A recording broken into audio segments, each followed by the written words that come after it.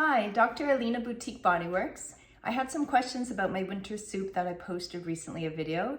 It was a very simple basic recipe using some winter veg, including very simply onion and garlic, always, but also the turnip and the Brussels sprouts.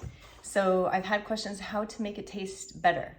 Well, it was intentionally a plain soup so that I could alter it every day to taste differently, as well as improve my body's health by giving it a variety of herbs, spices, and so on. The more variety you get in your diet from real food, plants, herbs, and spices, the better for your gut microbiome to feed the healthy bacteria, the good bacteria. So today, I'm going to show you just one example. So I've got here my cup of soup. Sorry, hang on. Yes, I'm in my pajamas. It's cold winter night and I've got stuff to do at home. So I'm already cozy and ready to be in. So I've got my cup of soup. I've already heated the Brussels sprouts, which again, remember I cooked so that they're whole, so that I didn't have to hurt my hands preparing them and I could just use my spoon to smoosh them.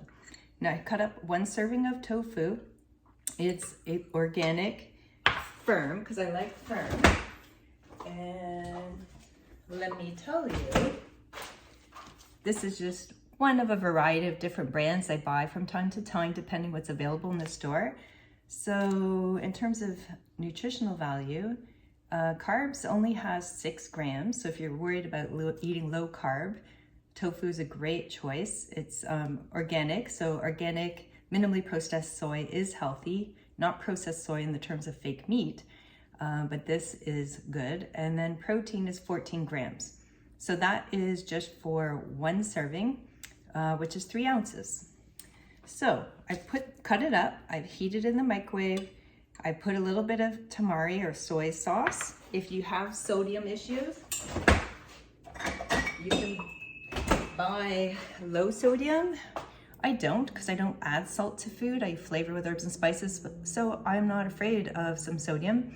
I also have no medical conditions. Even though I'm 50 years old, I'm not on medications. I don't have any medical conditions because I exercise my whole life. I keep moving and I've been eating vegetarian, plant-based, real food, minimally processed my whole life. So anyways, fermented products, also good for the good gut bacteria. Also good in terms of fermented products is kimchi. Kimchi is fermented, it's cabbage.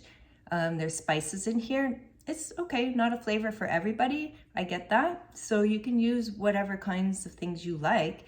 I love kimchi personally, especially Korean, because there is a difference between Korean and Japanese. So I'm gonna take some of my kimchi, just a tablespoon, but you flavor it to your liking. So that's sour and spicy flavor I'm adding.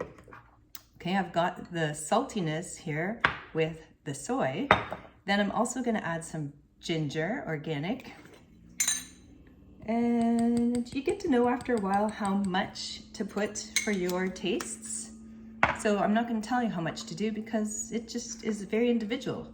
The other thing, garlic powder. And again, everything I use is organic.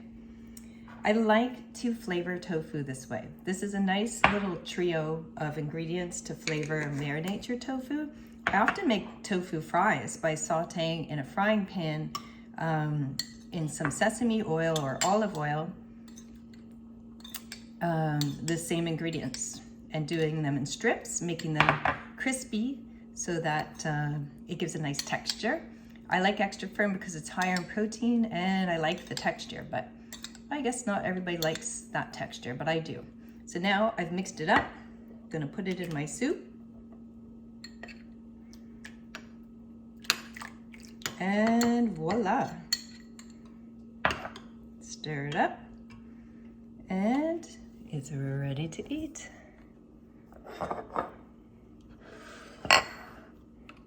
Kind of is like having a miso soup. And that's it. So I hope that's helpful. And once again, it just depends what you like. So don't be afraid to play with flavors. It's up to you. I like this kind of stuff. Maybe you don't, so you could try other things. But the reason I made the soup a very bland taste is so that every day I could add different things. One day I add my curry powder from the Nubian spice village in southern Egypt I bought last summer. Another day I might be putting some herbs, some caraway seeds. So it just depends, and each day it has a different flavor. I honestly eat dinner very light, so breakfast like a prince, breakfast like a king, lunch like a prince, and dinner like a pauper. So I front load my calories because that's when I'm using them, so that later in the evening when I'm getting ready for bed, I don't have a lot of glycogen floating around in my bloodstream and muscles and so on, depositing into muscles. And then I get my intermittent fasting by not eating or time restricted eating really, from 6 p.m. till 8 a.m. the next day. For me, that's the window that works. So do again what works for you. Every individual is different, but maybe that gives you some ideas of what to play with and how to play. Thank you until next time.